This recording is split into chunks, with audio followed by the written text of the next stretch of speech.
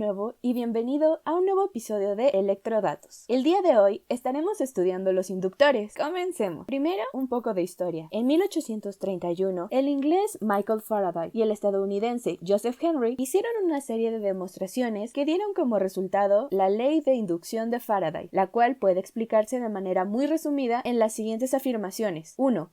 Un campo magnético variable en un circuito induce una corriente eléctrica.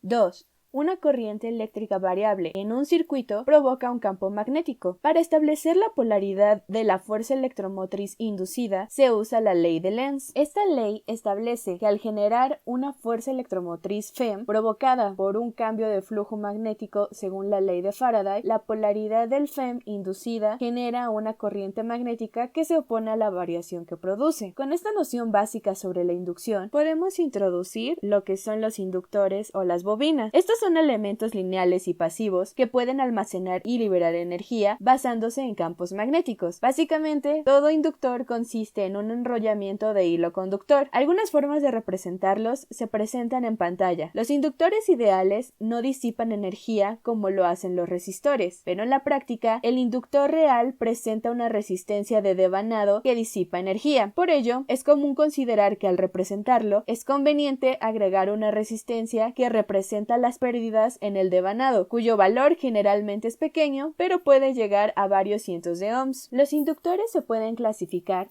de acuerdo a su núcleo o soporte. En ese caso tenemos 1. Los inductores con núcleo de aire. En estos casos, el devanado se realiza sobre un soporte de material no magnético, como la fibra o el plástico, o también se puede prescindir de un soporte. Así, la bobina queda conformada solo debido a la rigidez del conductor. También se encuentran los inductores con núcleo de hierro. Al ser este de mayor permeabilidad que el aire, también aumenta el valor de la inductancia. Sin embargo, a altas frecuencias presenta pérdidas elevadas de energía. Este tipo de inductores pueden encontrarse en fuentes de alimentación y amplificadores de audio. Otro tipo de inductor bastante común son los que tienen núcleo de ferrita, un material de alta permeabilidad y propiedades dieléctricas. Existe una gran variedad en el mercado en función de la frecuencia de trabajo. Otra forma de clasificar los inductores es a través de su forma constructiva. Para ese caso, podemos encontrarlos con los solenoides y los toroides. Podemos notar sus diferencias a través de las siguientes imágenes. Continuando con otro tipo de clasificaciones, sabemos que se pueden clasificar de acuerdo al tipo de recubrimiento que tienen, ya sea plástico, resina o metal, también dependiendo de si son de valores fijos o ajustables, o según los tipos de montaje podemos tener los de inserción o los SMD. Ahora, recordemos que la capacidad de producir líneas magnéticas se denomina inductancia. La unidad estándar de inductancia son los henrys. Esta inductancia va a depender de 4 factores básicos cuando hablamos de inductores. El primero es el número de vueltas en la bobina. Si el número de vueltas es mayor, se produce una mayor cantidad de campo magnético, lo que resulta en más inductancia. Menos vueltas resultan en menos inductancia. Segundo, como mencionamos anteriormente, también cuenta el material utilizado para el núcleo, pues si se tiene una alta permeabilidad, más será en la inductancia del inductor. Esto se debe a que los materiales de alta permeabilidad ofrecen el camino de baja reluctancia al flujo magnético. En tercero tenemos el área transversal de la bobina, pues también afecta de manera que una mayor área de sección transversal da como resultado una mayor inductancia, porque esto ofrece menos oposición al flujo magnético en términos de área. Por último, es importante notar que cuanto más larga sea la bobina, menos será en la inductancia. Esto se debe a que para una cantidad dada del campo, la fuerza de oposición al flujo magnético es mayor. Ahora,